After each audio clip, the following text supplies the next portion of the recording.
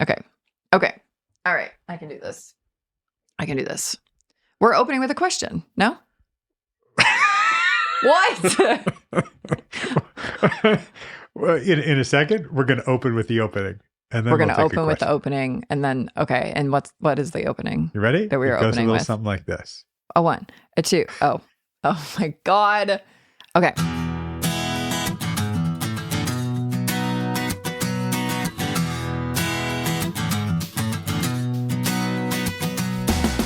I am Doug Friedman. I am Kenzie Janest. And this is Your Mental Breakdown, the podcast.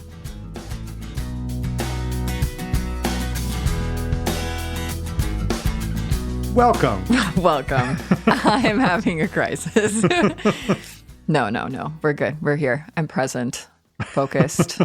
I don't even know when you pressed record. So how much of this has been I pressed it like recording half already? an hour ago when you were giving Beckett crackers. No. Well, that's okay. People would know much too much about me if that was true. They don't need to hear that. But they do need to hear Beckett crunching. I don't know if that's an ASMR It's so thing. cute. Oh my God. Dog ASMR. Have you seen the clips of like pandas eating carrots and things like that? Well, wait, hold on. Pandas don't eat carrots. Oh man, yeah, no, there's great Do videos they? of pandas eating carrots. I thought they just ate bamboo. I can't even fathom a panda eating a carrot. They're not rabbits. Oh my God. All right. Pandas eat carrots. Oh, chomp, chomp, chomp. They're so cute. Oh, we don't deserve animals. They're way too cute. We're not good enough for them. Okay, but why is it cute when an animal does it, but when a human does it, that would drive me crazy. And there's a word for it.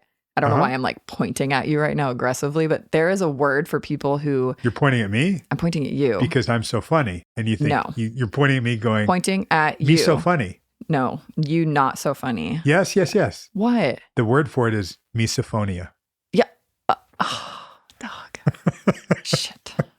I'm not smart enough for this podcast. I can't keep up with you, especially today. It's just not in the cards for me. Yeah, you're hurting today. I'm hurting today. We don't need to get into it, but I am hurting today. But I'm here, and therapists are people too, okay? I have a life. But you're right. I mean, you're absolutely right. Misophonia. Yeah. That some people have, I have a very mild situational case of misophonia. Yeah. Where every now and then, I mean, it hasn't happened to me in maybe a year or two, but every now and you're then in remission. there was definitely something and I could not figure it out. And It's even weird. And like mentally, you could tell yourself anything intellectually about it, but you just want to smack the person next to you. Oh, and doesn't that go for so many things? Where intellectually, we could tell ourselves certain things. We can reframe the shit out of things. Right. But emotionally, viscerally, somatically, we are feeling it. Yeah. It's okay. You know, it's okay. That's what we do. We're here to feel it. We are here to feel We're the feelings. here for you, feeling your feelings. Feeling your agitation with your people who are chewing too loudly. Also, we can have boundaries. Tell them to stop. Well, Tell them to close their mouth. Yeah, my sister is now conditioned to like say, hey, I'm going to be eating some stuff. Do you want me to call you back or do you want me to not eat? Oh my or gosh, tell me if I get too Juliana. loud. I'm like, yeah, she's the sweetest when it comes to that. That's It's so great. considerate. And it makes me feel like a total Asshole. douche. Yeah. Right. I'm like, Am I the asshole? yeah. What was it like last week or whenever it was? Oh, am I the narcissist? Yeah. Yeah. Like, am I the asshole? Yeah. That's the whole subreddit. If you're familiar. Are you too old for Reddit? No, I'm not too old for Reddit. I don't know that subreddit. r/AITA am I the asshole? Oh, interesting. It's pretty fun. It can get juicy. And sometimes I'm like, are these real? Huh. They're probably real though, because life is wild. And real. People are wild. Yeah. Speaking of people, Oh, yes. it's kind of a terrible segue because people, how general can you be? But we have a people asking a question. We do. And Doug didn't want to answer it, but I want to. Because Doug, I'm going to come at you now. Okay, Bring it. Say the question first. So this question we got is from a newer therapist. No name. Didn't want, well, they did give their name, but they didn't want their name used. I understand. Yes. Hello, Anon. Hello, Anon. Emus. What if we don't have all those stories in our life to pull from? Love it. Straight to the point. Right. What if? Oh, God. Doug. Okay, so here's the thing. Anon, Emus. Doug is old. And Doug, Oh, wow. Doug has a special gift, a special memory, let's say, that allows him to pull from his life in a way that is like a tape recorder, and he just has these files stored and he can whip them out. And I feel you, and maybe I'm projecting here, and I probably am, but I feel your pain because I don't have that ability. I'm young. I don't want to totally rake you through the coals here, but Oh, no, I have a feeling that what's happening is you're actually raking yourself. What? I'm feeling impervious. I'm fine. Oh my God. You're impossible to embarrass. Yeah, well, you're easy.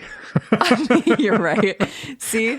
Sorry, that's an old Rodney Dangerfield line. Oh. You don't even know who he is. No, didn't get it. Yeah. But you're right. I am easily embarrassed. My dad, when I was younger, okay, we're getting sidetracked. See, okay, right there, you just kind of answered the question. And why I didn't want to answer this question is because I thought it would be a very quick answer. Yeah. What if I don't have all those stories to pull from? You just don't use them. You don't use them, but you use what you have, which is what you were just about to do. Oh my God, my dad does. Right. Little anecdotes. Right. So you go through your frames of reference. And here's the thing that I think makes one a good therapist if they're going to use this style, which I very much like. I call psychoanalogy. Like it's right. TM. That's my TM. Drop the book, Doug. We're ready. Working on it. But the whole point of it is to use something that's authentic for you. So you have frames of reference you can pull from your own life. Yeah. But you have to do it according to what the client will understand. Well, I think that's the hard part because I guarantee this person, this listener, asker, has stories. Obviously, you have a past, you have a rich history that you probably could use, but it's so much more thought, I think, that goes into it. And you're not old, but you have experience. And so I think over the years, correct me if I'm wrong, over the years, you've kind of cultivated a bank of stories and things that you can pull from that fit for each client. So yes to the second part of that. Okay. The first part of that, I think you're selling yourself short. You think that you don't have a lot of experience or things to pull from. You do. You absolutely do have life experience. You've been through a lot. Sure. You can pull from a lot. Sure. But it's about what a client's going to relate to and what's relevant. I also have a bank or a file or just something in my mind of here are different things that clients go through generally. And here are some specific stories that could hit these things to help them see it objectively. So let me pull from story 12 for subsection B of what they're going through. I mean, I don't file it that way. Yeah, I don't file it that way at all. Intense. But if you think about books like, for instance, the Bible, a pretty popular book. Oh, I've heard of it. You've heard of it. I have. It's full of parables, right? It's to highlight something, to help teach people something so they see it objectively. Right. A lot of it is metaphorical, or at least that's what people argue. Yeah. Absolutely. And it's just a matter of pulling the lesson that you think highlights the thing that they're going through that they're going to resonate with. I think that's the hard part, one of the hard parts, because I agree with you. The worry, I guess, is not being able to relate it to a client or choosing the wrong story, or maybe it won't land. This goes for stories or metaphors, analogies, all of that stuff that's not literal. Yeah. And this is my stuff, obviously, too, maybe, which is why I'm projecting a little bit. But I sometimes struggle with like whipping out a story or a metaphor because I'm like, what if I spend all this time with this and then it doesn't even land, you know? And that's perfect. My mom said something beautiful the other day, which I loved.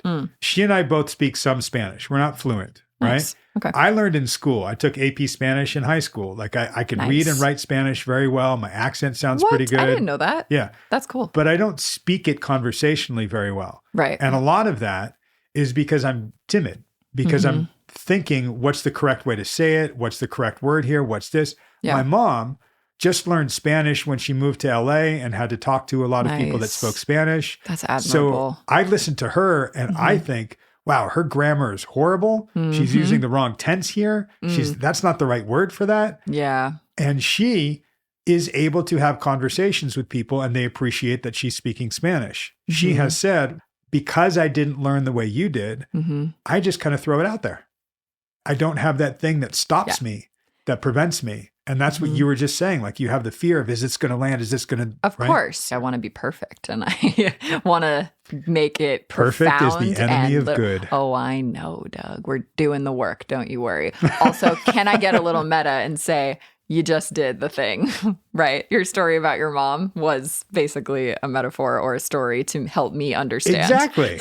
Right? You can't help yourself. See, you're a natural, and it does take time, I think, to get comfy. To me, that's psychoanalogy. That's how I use that. Yeah. And it's getting comfortable with being able to do that. Mm-hmm. And you see how it is helpful. You've heard it in the sessions I have with Sarah and Drew. Yeah, you experience it with yourself when we talk, even off the podcast when we're talking. I do that constantly. Sure. He's lying. No, you're right.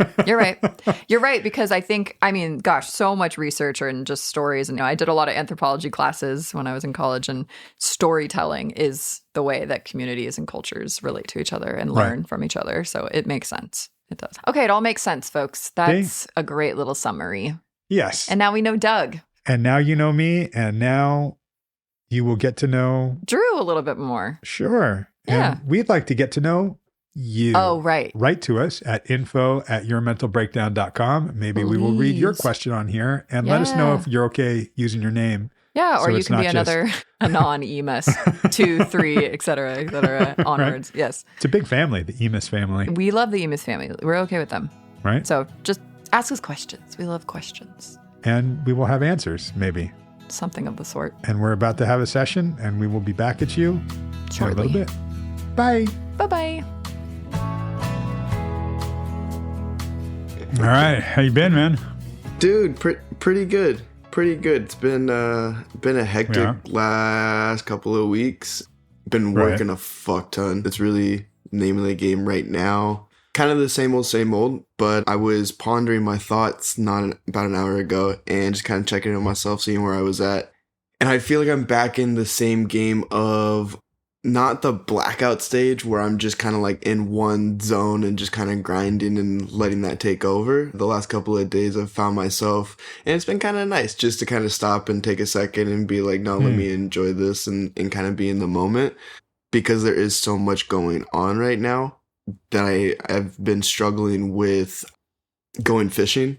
I'm not in the depressed state where I have been, but I can almost feel myself like edging into that. And so I've been trying to take care of myself in those ways. So I went and bought a hummingbird feeder the other day, and that was fucking sick. I just saw him for the first time this morning.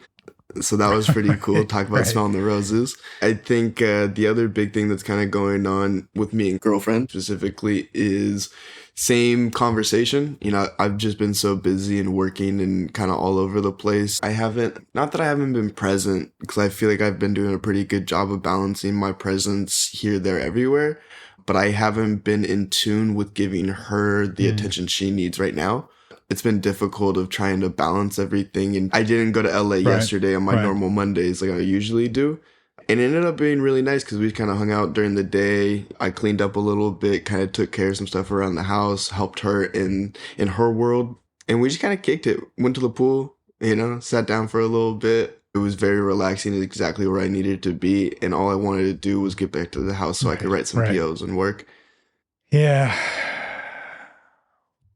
I will expand on this in a second, but let me just start with, why?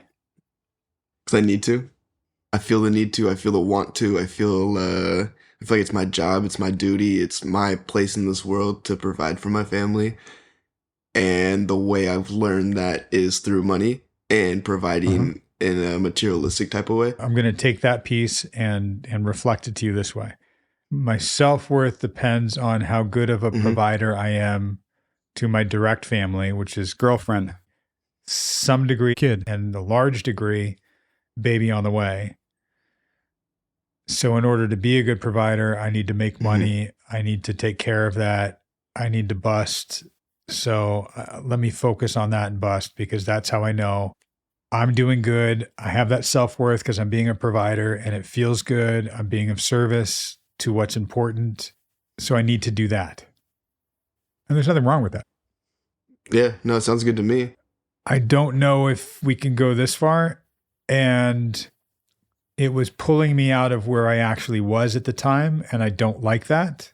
Or where I was at the time felt like it was just distracting me from what I actually needed to do. Or I felt an obligation and a pull to be the provider, to to feel that self-worth. So I wasn't comfortable with the choice I made to be out by the pool. Yeah, I get the gist of where we're going with that. I think there's truth in it. So I had a conversation with a guy the other day, and this is what just popped into my head about all of this. And we were talking about rest and what that looks like for me. I was talking about working 7 days a week and my off days going to LA and what all of that is. And I find that I do a lot better until I crash, at the very end, until I crash. But this middle part, I do really, really good when I work 7 days a week. As long as I feel like I'm busy throughout the week, I usually have pretty good weeks.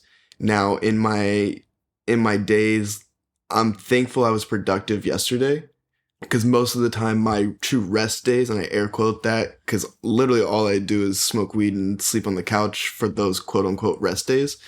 And then I wake up the next day and I feel like shit and I'm tired and I don't want to go to work and I'm not motivated. And so now I'm trying to figure out what it's like for me to have a rest day. And this has been a conversation I think we've had for like 2.5 years of what does my rest day look like. And I think I've tried a couple of different routines and different ways to kind of rest and bring that tank back up to full, or even, less than empty, more than empty. And so I'm saying all that because I don't have rest days, and I like that until I crash. And my rest days end up being my crash days. Yeah, I hear that. There's still evolution and progress in you as you say that, because I'm going back to the 24-year-old punk ass kid that I met, right? Who was like, go, 24/7, always on, right? That's not you right now. What you're talking about is, I like working. I feel productive. I like that feeling. I want more of that. And my version of that is being a provider, making money, hustling, doing my thing, not to be some hotshot designer and create a cool brand. Like if that happens, awesome, but it's to provide, right? Cool. I will throw an analogy at you that we've used before. Picture a seesaw. You know what a seesaw is, right? How do you balance on a seesaw? Same Gotta way. be the same weight. So then it doesn't move. Yes.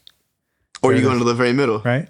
What you're doing now is you're going all the way up, all the way down. Sometimes what we think balance is, if something weighs more than the other, the seesaw, tilts one way. So then we need to tilt it back. And we think balance is just going back and forth and seesawing back and forth. I'm working, and then I crash. Right.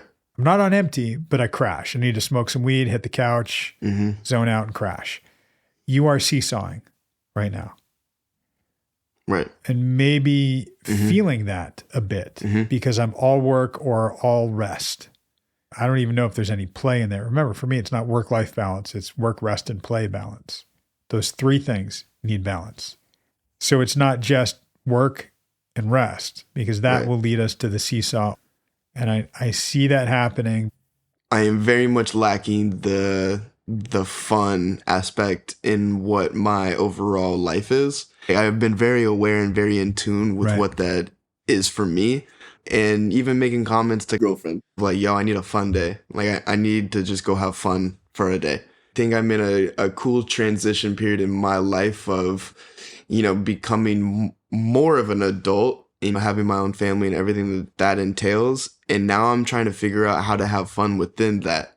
I think the last 10 years of my life, I haven't necessarily figured out what fun was to me. When I was a kid, it was playing baseball, and hang out with my friends. As I grow up, it's I was playing Xbox the other day and I was like, I don't really want to do this. This isn't in my Polaroid of myself is changing.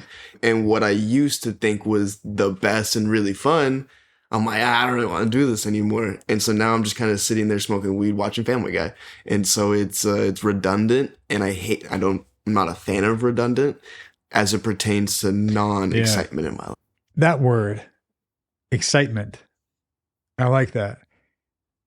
Because a lot of times we think, well, if my seesaw isn't going all the way up or all the way down, and I'm not having those highs and lows, I'm just in that middle, there's no excitement. That's not true. That's not what we're talking about. You're shaking your head. Okay. Take over for me a little bit here. Right. Yeah. I think my perception on the word fun and excitement is changing, and it doesn't have to be spending money to go get new toys. What I want to be is excitement in myself, one. I think that's the most important. But I also want to find excitement around other people within my circle. I think a topic of conversation for me and girlfriend, and I think that's kind of what's on the forefront of my head today, is really, our relationship it's fine. It's not okay and it's not good. It's not bad. It's just, it's good or it's fine. And I think, this is a longer story and I kind of got to spew a little bit, so I apologize, but it's been ongoing the last year or so, and went to a friend's house and that was really hard, and there was no fun, there was no excitement, there was a lot of debt and a lot of bills and a lot of just bullshit that we dealt with together, and we learned a lot about each other, ourselves. Sure. It was an amazing year, as shitty as it was, but our relationship really took a hit on all of that learning. Even though we came closer and our relationship is much stronger now, the excitement of going out to dinner, we didn't have money to go out to date night, so we kind of finessed making dinners and sitting in a corner and just being together, and that was beautiful. And I'm not knocking what that experience was by any means, because it was amazing. And now that we're on this side of things, I really want to get back to going on date nights and spending time, me and her, and really getting that excitement back into our relationship. And I start with myself in all of this conversation, because I think I'm lacking excitement within myself, and I can't be excited there if I'm not excited here first. And now that I say that I can be excited there without being excited here first, I think I want to be excited internally first so that I know it's genuine, other than me faking it within myself to put on the face of excitement. Yeah. So I want it to be real, I guess is what I'm trying to say. Okay, keep going. Well, and so like yesterday, right, I took the day off to kind of help around the house because I was somewhat in the doghouse. I'm not even going to lie to you. I've been in the doghouse the last couple of days, and it's because I wasn't pulling weight around the house, and I understand that, and she was right in that. I mean, we haven't even been having sex lately, and like that's more me, and I say that with a smile on my face because like my little man's in there, and like I'm not. It's just not for me, right? I'm not trying to encroach on his space or anything like that, and it just kind of freaks me out, bro. So it's hard on the relationship because we haven't been physical, and I don't necessarily know how to have that conversation other than what I just said of like, it's just kind of weird. And like, I'm like a 13-year-old talking about sex again because it's like, just kind of my baby's in there, and I don't know how to have that conversation seriously. So the physical, the emotional, the me working a lot, you kind of put all of that together. I mean, separately, we can kind of deal with it, but together, it's just kind of culminating to be a lot. I love that you put it out there that way, at least to me. I don't know if that's anything you've talked to her about. Mm-hmm. Have you? Yeah, in a roundabout sort of way. I think it's a little easier. Okay, well, why am I stopping you? I know the answer, but I don't know the question. Well, I just stopped you, right? You were just about to say, yeah, in a roundabout sort of way, and I stopped you. Where were you going? Why did I stop you? And where else would I have gone with that? Well, I think you stopped me because I was trying to rationalize what I was saying and trying to explain my explanation for what I was explaining. And where do you think I would have gone with it instead of that? Something along the lines of, how is it really? Like, take out the fluff of it. What is it really? So let's go there for a second. Mm-hmm. Our relationship is struggling. Our relationship does need work on both ends. And I think in the midst of all of it, I've really allowed work and accomplishments and everything that's happened the past 3 to 4 weeks kind of override it. And almost use it as a get out of jail free card of, oh, look, I just got us a new spot. So now I don't have to go to dinner with you guys Wednesday night. I'm going to be at work so I can provide, and it's almost like a get out of jail free card. Half of me feels like this is real life and that's kind of how it is. And the other half of me doesn't believe that for shit. Yeah, I want to fine tune that. Real life. Half of me doesn't believe it's real life for shit. Half of me, I mean, we can go through several halves of you, but what do we mean when we're talking about that?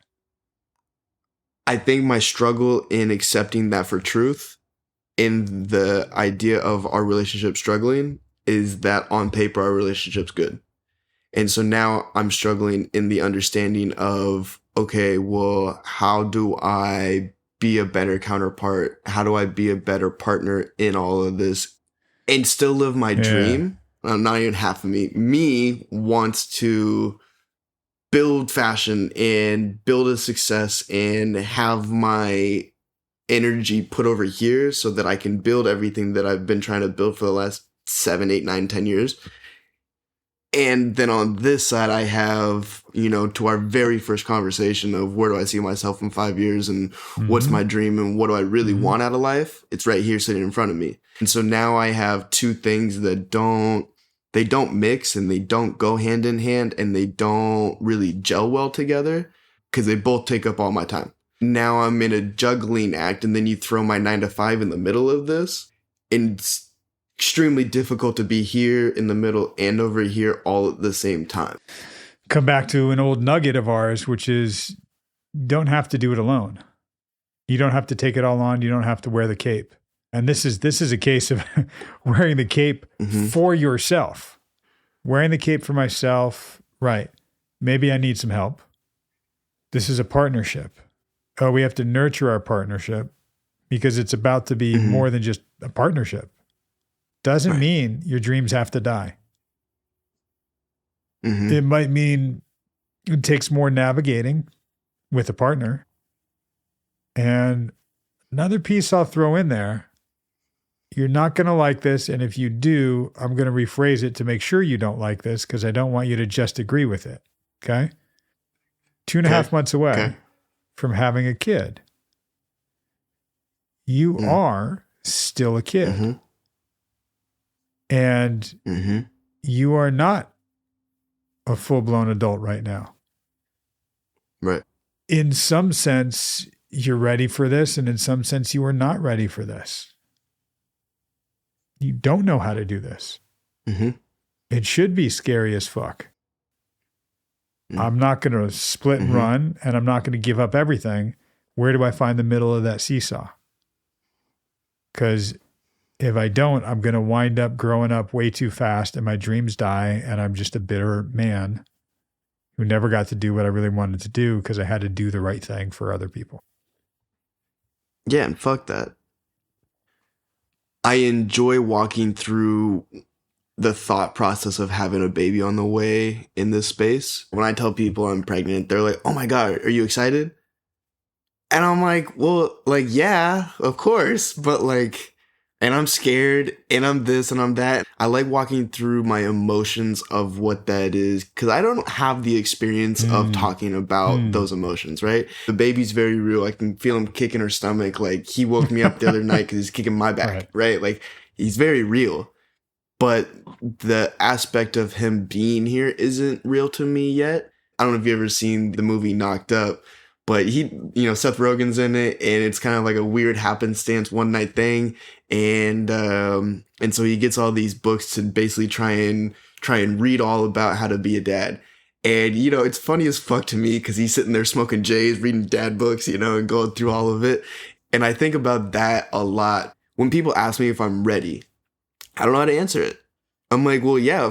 But the emotional question of, are you ready? No. No, I'm not.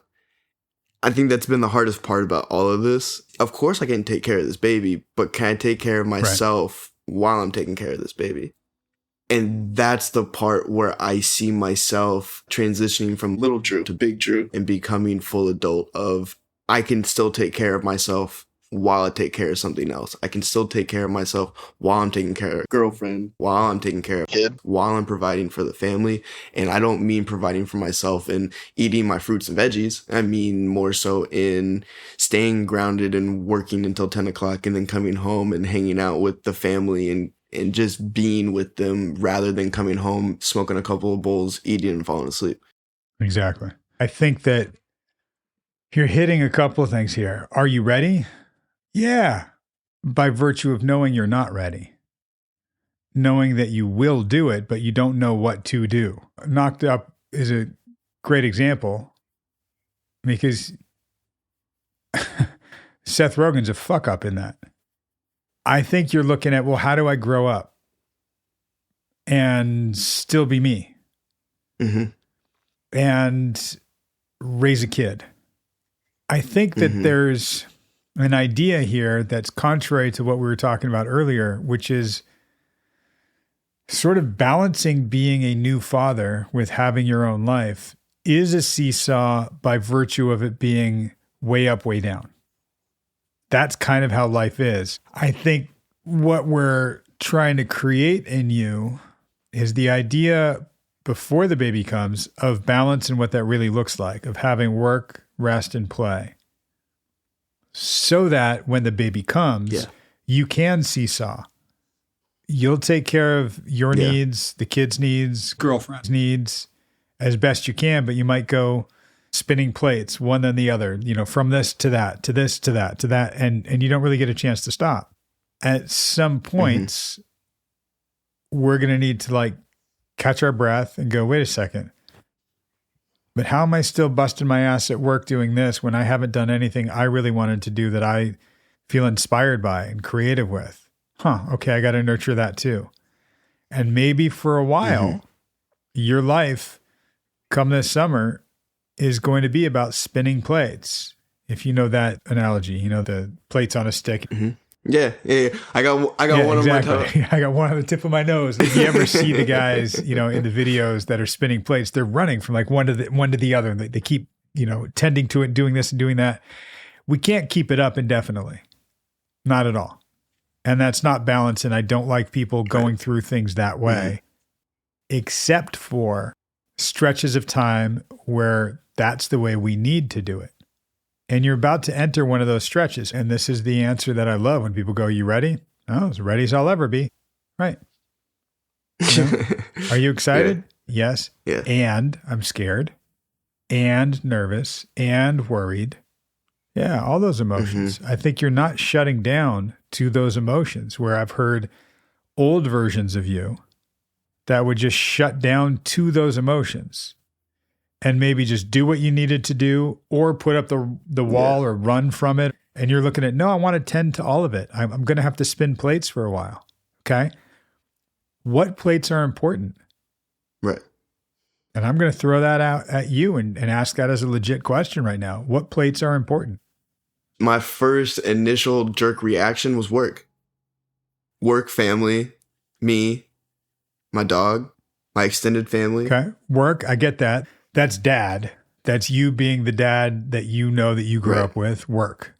Those values. That's self-worth as we described it at the beginning of the session, right? That's being a provider. Me, family, okay? Break those down a little bit, because me is not just one plate. Family is not just one plate. And I think that's why I started with work, because I think that's going to be my most plates. In my mind, if I don't work, then I don't have a family. If I don't have money, then I can't provide, so they can't live. And so everything stems off of how well I can provide, how well I can work. And I think that's where I struggle in. And it might be because of how I grew up and what I saw in my dad and what I see as success and what I see as success around me. And I don't think it's right or wrong. I just want to lean heavier on family being closer to one and work being closer to two. And maybe part of it is family closer to one, work closer to two. That's part of the seesaw aspect. And I love that we kind of just hit both of these. We hit, the middle of the seesaw as what true balance is.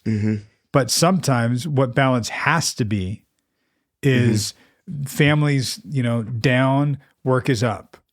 And then it seesaws the other way. And I have to put family first and work takes a back seat. Okay. Those aren't plates. Right. That's the seesaw. Your job, the first few months at least, maybe almost the first year of the kid's life, is make sure it doesn't kill itself. It is exhausting. And it's one where a lot of new parents are like, yeah, forget I haven't taken a nap. I haven't taken a shower. Right. It changes you. It's work and work for a while. Yeah. And doing that with a partner is great and stressful. It's all those things. Right as I'll ever be. I'm glad you're going through and getting it. And I think that's going to give me a lot more clarity and a better understanding of walking into what that is.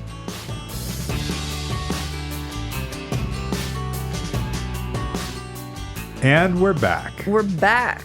And that was kind of an abrupt ending. A little bit for you guys out there, but Yeah. for the session, Fill us in. In the heat of it, in the thick of it. Yeah, something was missing there. Yeah, we cut some stuff out because right after I started talking about the spinning plates, we were talking specifically about the plates that he has spinning. Right. And we were coming up with Too some specific. strategies about what to do about each specific plate and spinning them and going getting through into them. the nitty gritty. Right, which is why like what you guys heard to end it was, oh yeah, I think that's going to help me walking through that. Like that, I feel better about that. I've got more clarity. Like, that. What is that?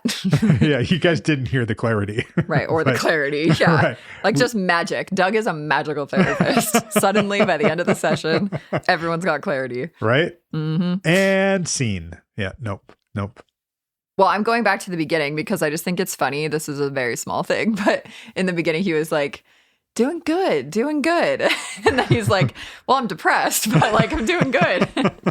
I'm like, God, is that not therapy? Like people walking in sometimes with actual, they're in a depressive episode, but just the small talk of it all in the beginning and everyone's like, I'm good. Everything's fine. A lot of it is them just going like, yeah, same old, which he said. I'm like, yeah, there's a lot going on, but it's cool. I'm fine. Yeah. Like, I'm going fishing. Oh, do you know what going fishing means? No, I was going to ask you because there were so many. I literally just have this little list of like going fishing, hummingbird feeder, like all these little things. And I'm like, what? Wait, what? Right. Yeah. And that's why I give them all these cute names is because he can just say that and it's our shorthand. Right? Oh, I know. That's what's so good about what we were talking about in the beginning, like the metaphors and stuff is like, I don't know if it's just Drew and Sarah. Maybe all your clients are like this, but they really latch on to these metaphors and like use them, which is cool. Like I see shorthand. Right. Some of them use the same ones that I use for everybody. Some of them, we have ones that are specific to them. Yeah, it does help. For Drew, going fishing, he came up with that. And he said... because of his past going fishing? Sort of, yeah. When he was getting too stressed out by work and things like that. And he was like, I don't need to do this. I would be fine just giving it all up and going back to Vancouver and just going fishing. Oh, right. I remember this. Right? Yes. So talking about a simpler life. Yeah. I don't need to be in this rat race. I don't need to try to make it. I can just live a life and be... So going fishing has now come to represent a simpler, easier life. Taking it easy, like right? Just relax. Going fishing is just about that simple life and getting away from all the stress of it all. Well, and I just thought it was so cute that he got a hummingbird feeder. Like, what? Well, that is so sweet. Didn't he get that for his friend? I thought so too, because he's mentioned that in the past. Like he sent it to his friend, but I don't know if that's this one. No, I think this one was just saying like he went and got one for himself. Yeah, to like watch hummingbirds. Right. Beautiful. I love that. Love it. Yep. I love it. Okay. This is kind of jumping, but he was talking about how he also has been feeling like with his relationship that he's not giving her the attention she needs, right? Yeah. But I was like, how does he know that? Because I didn't hear anything about her saying that. It was just a feeling in him. So I was like, did she say something or is he just feeling that way? Right. And then I think you were talking about it and it really just came down to money, or at least that's what he said. Like he felt like he wasn't providing. Yeah. I don't know. Something about that always makes me To me, sad. that hits how he has seen his mom and dad, because his dad was working all the time. Yeah. And ultimate provider role. Right. Yeah. So he has that. And he even said, and what I reflected to him was your self-worth depends on how good of a provider I am to my direct family. Yeah. And how much of that are you like, okay, that's fine. That's a value of yours. And how much of it do you think is appropriate to challenge? Like you're more than just money and what you can provide. Yeah. I mean, I know him well enough at this point and I've known his values. And when I do sessions with him, I take on his values. Yeah. So when I say, hang on, that doesn't seem right for you, subtext for you. Right. Mm-hmm. And I know when he talks about, I've got a lot going on. I haven't been able to rest, or play or do anything fun. Just work. Mm-hmm. Like, all right. And he even said something about like going to dinner with his girlfriend and trying to do this and go through this, like to check the box. To check a box, and just say that you did it, but you're not fully present and enjoying it. Right. So I think he knows. And he even said something like he's seeing it as a get out of jail free card. Yeah. So the get out of jail free card that he was talking about is like, well, I know I have to work to provide and do all this. So I'm going to pay some attention to placate my girlfriend over here and have that get out of jail free card. Box. Yeah. Right. So that's what cues and clues me into, oh, right. Yeah, that's a value, but there's something that's not really because sitting getting well out of with jail him. free, like there's a meaning behind that. There's a connotation there that is like, oh, there's something deeper going on there. It doesn't feel authentic or great. Oh, It yeah. feels And like he you're even escaping. says, I'm in the doghouse. Right. I've been in the doghouse the past couple of days. Right. Yeah. So Right. clearly it's serving some other function. Right. I'm curious because I get this with a couple of my clients, especially the ones who are more hyperactive or have ADHD, right? And they say that they feel best when they're busy. And Drew says that. Oh, totally. And I always wonder, like, okay, the chicken or the egg, right? Like, do some people actually just thrive this way, like being so busy? Or is it that they have a fear of sitting in their feelings and they've made themselves so busy so that they're distracting and avoiding from a problem? Yeah. And here's where being a therapist is great. And you're going to hate it because I'll say to you, it depends. Close. What? I mean, almost the same and worse. Okay. It's both. It's both. Okay. Right? It's a yes and. Right. Yeah. It really is because that idea of being proactive, we all like being proactive. It makes us feel good. Yeah. Being productive in whatever way that looks for us. Yeah. Right. And it's a way of not being still. You've heard me say it, the Scooby-Doo effect. Yes, I used that the other day, You Doug. did? Yes, and it landed so well. Nice. It was awesome. Yeah. Nice. I used it with my partner too recently. Right? Yeah. It's good. I like it. Yeah. That further proves that I do think there needs to be this repetition. I mean, obviously we know that about neuroplasticity. Like you need to keep doing something and practicing it in order to have like the comfort of using it. So I think the Scooby-Doo thing, I had heard it so much. I really felt like I understood what you meant by it. And so then I was able to regurgitate it in my own way. And that's why giving it the names, I love giving it names. It's easy to like remember because the Scooby-Doo effect, like that's so distinct. That's so easy to remember. And I see it. It's a visual thing too. Yep. Even like Drew talks about the Green Beret and the Boy Scout a lot too, right? Yeah. I have one client that calls it the Navy SEAL and the Boy Scout. Right, because it makes more sense to them. I don't correct him. Like that's how he uses it. Oh, okay. Like, great. Yeah. So he's got the concept. He has the as long name as it makes sense for them. Totally. Yeah. Totally. I didn't really understand that one until I watched Apocalypse Now. I'm not a big war person, so I didn't really get that, but now I understand it. Anyway, going off of the sitting in your feelings, I feel best when I'm busy. He said something that I had to quote and just put in my notes. I don't have rest days and I like that ... until I crash. Right. That's like hashtag relatable. Absolutely relatable. And I don't want to say it's so unhealthy. Right? This is where I'm like torn a little bit because like, well, clearly you're saying until you crash, like that's a dramatic word. That's not good, probably. Right. What I'm trying to pull out and let him decide. I'm not putting my values in this. I'm kind of with him discovering what his values are. Yeah, and then that's key. We're going to work towards that because a lot of us are focused on pushing, busting, as he would say, you know, right. and Hustling. We like that. And we need to know what we're doing that for. Right. So that's what I try to get to with clients. Like, okay, well, what are we doing that for? Those are the values underneath your actions. Yeah. And those are also, that's why I say the balance is not work life. It's all life. It's work, rest, and play. We need to rest to recharge and feel okay. And rest when you're just crashing is okay. What? No, I had a thing where I was going to argue with you a little bit. Classic. Do a devil's advocate thing where I was like, wait, work, rest, play.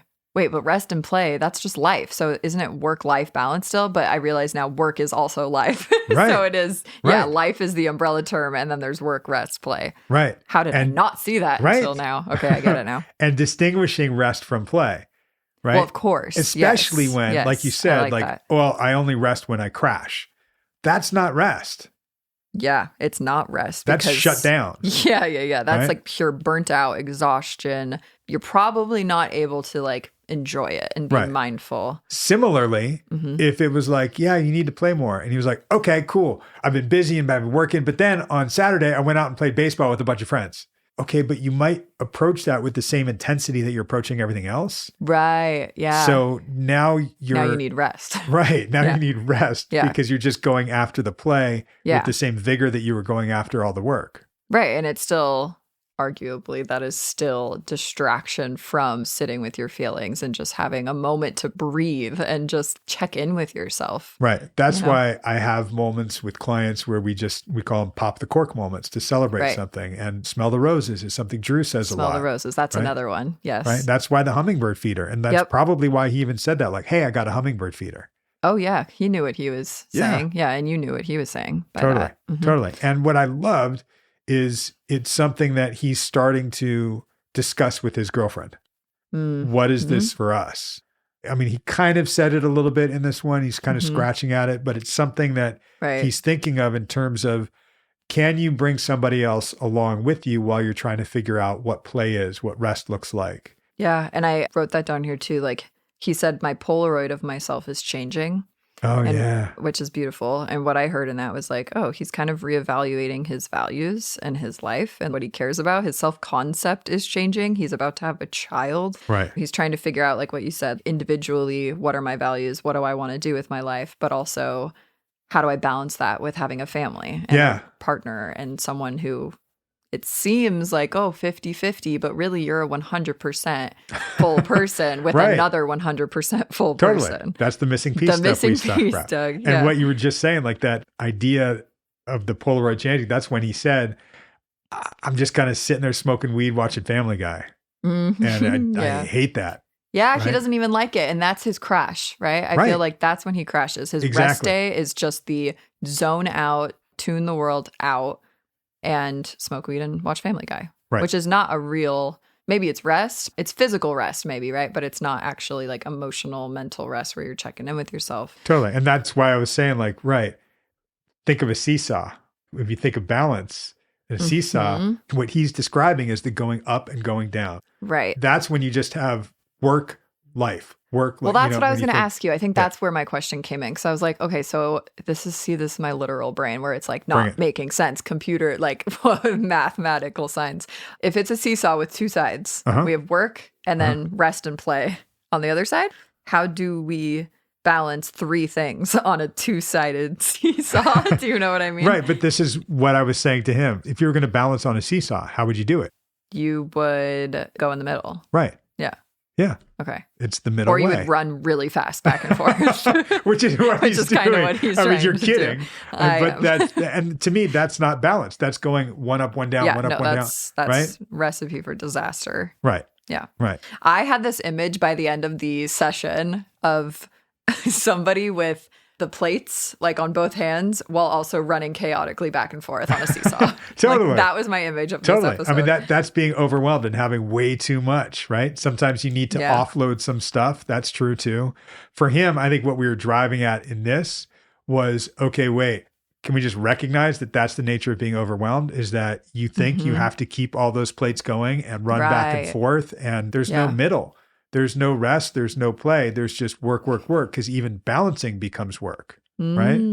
Yes. The part that we cut out was when we were talking about those plates specifically. Yeah. And what can you do about them? And can you take this off that? Can you do that, right? Right. Like, are there some plates we can kind of store away for later? Or can we just at least take some portion of what's on that plate off of the plate or onto another plate, or just like make it more even? And here's how you can take this plate and just eat what's on it right now, and you don't have to eat the whole thing. Like, okay, you can save some for later. Right. Look at me going with your metaphor right now. Go with it. See, this is me. I'm like actively trying to shape my brain to work that way because it's so naturally literal.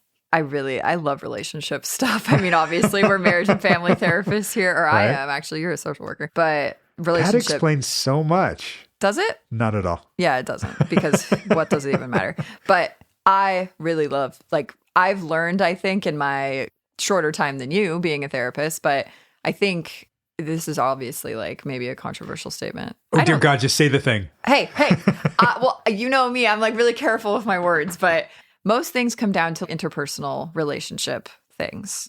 I'd say like almost everything. Okay, I'll go with or you. at least like, I think some people would say, no, most things are trauma, right? Or most things are this, that. That's kind of how we form our theoretical orientation is what we believe is like the through line for a lot of people. But I love like when I hear relationship stuff coming into the picture, like when he starts talking about his girlfriend, I'm like, Right. ooh, that's the stuff I love because I don't know, like at least with all my clients, it's always coming down to intimacy or isolation or feeling like they want to be closer to others, right? Even Yeah. if it is the relationship with themselves, it's still a relationship, like the intimacy and the vulnerability and being honest and love. Like people need that social connection. Oh, for sure. So I just think that's, I don't know, that's well, a and total I'll say this tangent. too. I think that most relationships serve to hold a mirror to us. Absolutely. And not just, me as a therapist holding a mirror to a client. I mean, Right. a relationship will challenge you in ways that you didn't realize that you were getting challenged, where you have to look at your own stuff. And a lot of conflict with relationships, not all, but a lot, comes from somebody not wanting to look at their stuff and not looking in the mirror and just throwing it back on the other person. Oh, yeah. Right? Yeah. And it also comes down to not talking about things, which is where we get to with Drew, I think, because this comes up a lot. I like when people say something about their partner and then we're like, have you talked to them about it? Because it usually comes down to like, okay, well, this is a conversation to be had, right? Like you don't have to do this alone. Talk to your partner. But that's where the anxieties come in and the fear and the defense mechanisms or whatever you want to call it. And that's the part I think we usually are working on in therapy is how do we have these vulnerable conversations with our people? Because his individual dreams, right? Like your dreams don't have to die just because you're in a relationship or because you have a small family now and a child on the way. It just might take some more compromise and communication. Yeah, it's all about the communication. That's even, I mean, I loved when he said the thing about, I was excited to go out to dinner with my girlfriend. And here's our chance to communicate and do this. And remember like, oh, right. Before we had all these stresses and this baby on the way, we had us just talking over a meal or something like that. Yeah. Right? Yeah, you lose sight of that. Yeah, you lose a certain type of the intimacy that you've had before, which then he has the very, I think, funny moment where they were speaking of intimacy. Oh, yes. No, this was good. I think people can probably relate to this. It's like silly Drew, and I love that he admitted it too. Like he feels weird having sex with his girlfriend because she's pregnant. And he's like, I'm bumping my baby. Like that's my baby in there. Which is funny because some people are the complete opposite, right? They get more turned on and it's erotic to like be with a pregnant person. Like, oh, my baby's in there. It's hot, But for Drew, it's like there's worry, there's trepidation there, which is, it's cute. I mean, I love that he admitted that. I mean, yeah, I like talking about sex and relationships, so it's fun. Right there. Yeah. And so does he, because he said, I'm like a 13-year-old again talking about sex. Yeah, right? It's fun. Everyone kind of reverts back to their younger self when they talk about sex, because it's like, ooh, hee, it's a taboo subject, Right. Especially pregnant sex. But I like that he's talking about it. We have to talk about all these things. That's one of his plates that he's spinning, maybe. It totally is. Yep. Okay. This is going to come out of left field, but this was a very important question I had for you. Why did you want him to hate what you were about to say about him not being a full-blown adult? Yeah. Like, just to clarify, I guess, I think it's an interesting point on, like, the therapy side of things. Why did you tell him that you wanted him to hate what you were saying? Oh, yeah. So I think when I preface something like that, it's to dampen it a little bit and to get them ready so it doesn't catch them off guard. Them. Like I'll say, sure. All right, you're probably going to disagree with me Yeah. here. So it disarms them. So instead of getting the instant reaction, because I don't care if they agree or disagree with what I'm saying. I care that we talk about it. Right. So if I say, you're going to disagree with this, then instantly they're going to go, no, I'm not. And they're listening in a different way. Reverse psychology, Doug. There you go. Therapists do it too. When I say, yeah, you're going to hate this, it's because we've been talking about individuation and independence and becoming an adult. And I'm about to call him a child.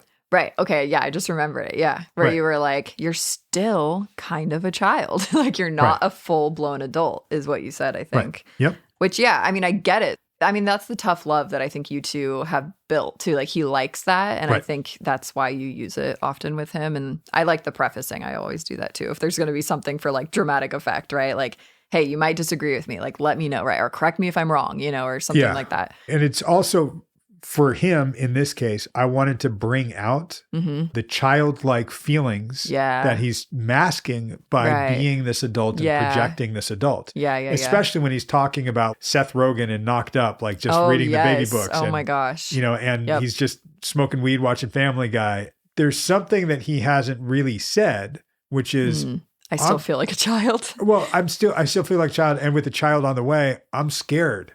I'm super scared. Yeah. Right. I don't know what I'm doing. Like, he's like, oh yeah, it's going to be cool. It's going to be this. And like, okay. It's kind of your roundabout way of like getting him to admit that he was not ready for kids. Like, it's okay to say that you're scared, right? Like, I think you guys say, I'm as ready as I'll ever be, which is perfect, right? Because how ready can you really be for kids? Right. And then when I say it back to him, what is going on? What's underneath the presentation that you're giving me even in this session? Right. And that's something that I think is a theme for a lot of clients. Are they just presenting something to their therapist rather than... yeah, a lot of the time, I think, because they are trying to convince themselves of that false truth. Right. And that's something even we talked about the other day when we had the question about what if I have a crush on my therapist and I don't want to make myself sound bad, you know? Yeah. And it's about some of these innermost things are the things we need to get out and we need to talk about.